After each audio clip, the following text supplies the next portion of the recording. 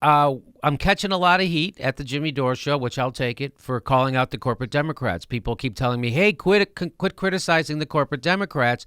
We have to all come together now, and we have to oppose Trump.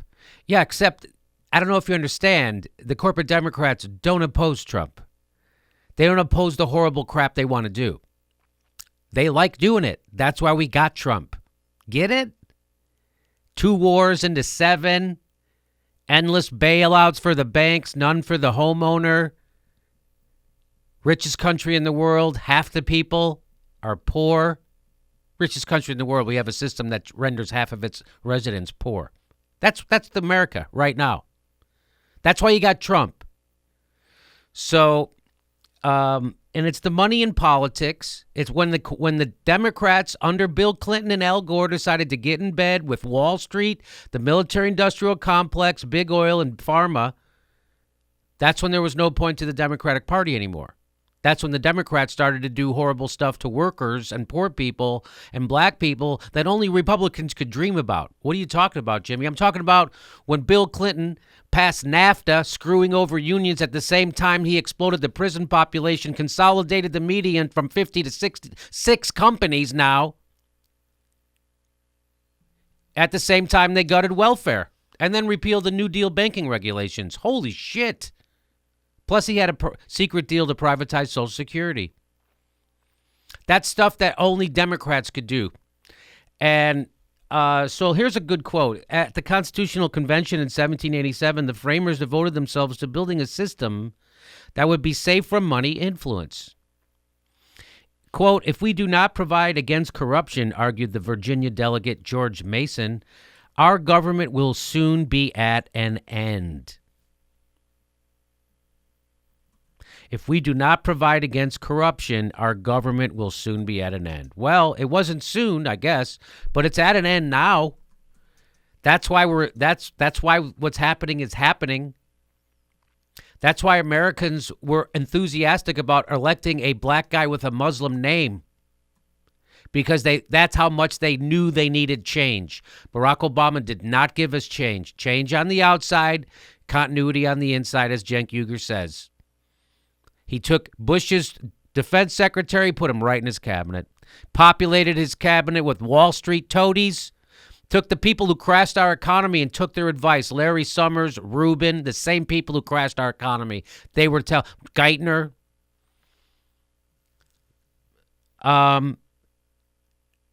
So here I was watching the Thom Hartmann show. A lot of people are upset with Tom because he was such a backer of Hillary Clinton. I don't watch the show, so I don't have those feelings.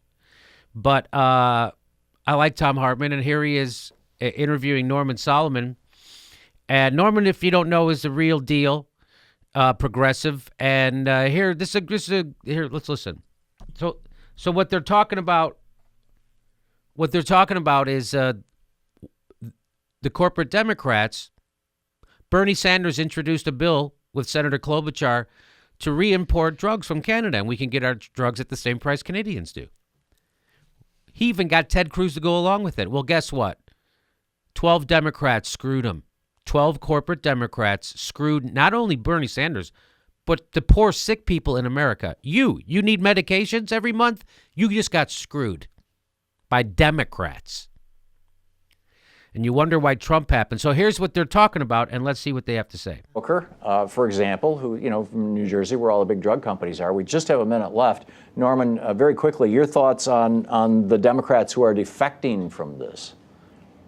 Well, what he means is the Democrats who defected from Bernie's bill, bringing cheaper drugs from Canada to America. It's crucial that we be honest, be clear, be direct. It's not about personalities. It's about, this is a matter of principle. Do we believe that everybody should have access to health care, including pharmaceutical drugs, regardless of their income? And I want to say, because this is Martin Luther King Day, but So he said it's crucial. I agree with him. It's crucial. Remembered every day. Dr. King said that there is no injustice worse than inequities in healthcare. And let's remember that Dr. King, although the mass media don't want to remind us, he denounced what he called the madness of militarism. And this is one of the challenges we have going forward. There's a lot of war drums and military escalation being pushed against Russia. By the Democrats. by the Democrats. And that's crucial. We have money for bombs, yet we can't get water to people in Flint, East Chicago. We can't bring clean water to children whose brains are now ruined, damaged because of why? Why can't we have clean water in America? What? So we're bankrupting our government with these foreign wars. Eisenhower was correct. There's a shadow government in America. It's called the military-industrial complex. Why do you think the Peace Prize winner took us from 2 wars to 7? They ran out of bombs last year. So that's really important. And we have 2 parties of war.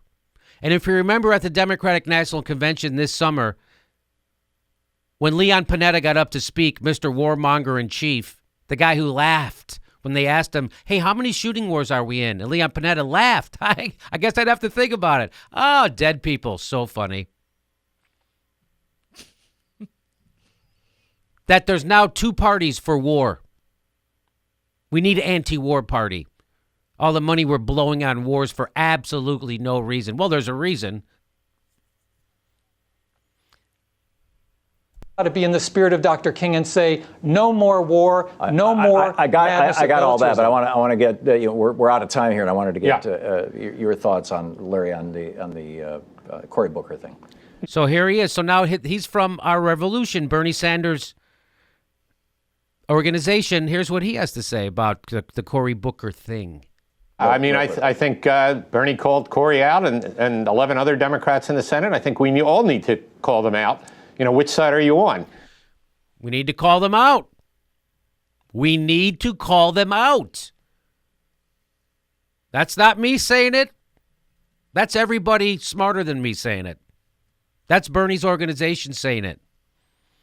And being on the side of the New Jersey Pharmaceutical Association, one of the strongest big money lobbies in the state, isn't too endearing to grassroots Democrats in New Jersey or anywhere else. Yeah, there you go. Larry Cohen. So that's what we got to rid the Democratic Party, if it's worth saving at all. Right now, we're going to do another story about how the DNC is being populated with Clintonites. The people with the bad ideas, the people who lost to Donald Trump, a guy more unpopular than George Bush after Katrina. They couldn't beat him. I could have beat Donald Trump with my dick out. So I'm going to be as vigilant as I can. I'm going to do everything I can, and I'm going to actually hold the corporate Democrats' feet to the fire, unlike all those phony people who said they were going to and are now telling me to shut up because I'm being divisive. The truth is divisive, isn't it?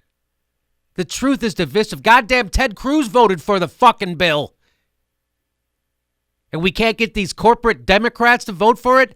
Get rid of them. Worthless. What's the point of having them? No, Jimmy, we're going to need them to fight again. We're going to need to get rid of them.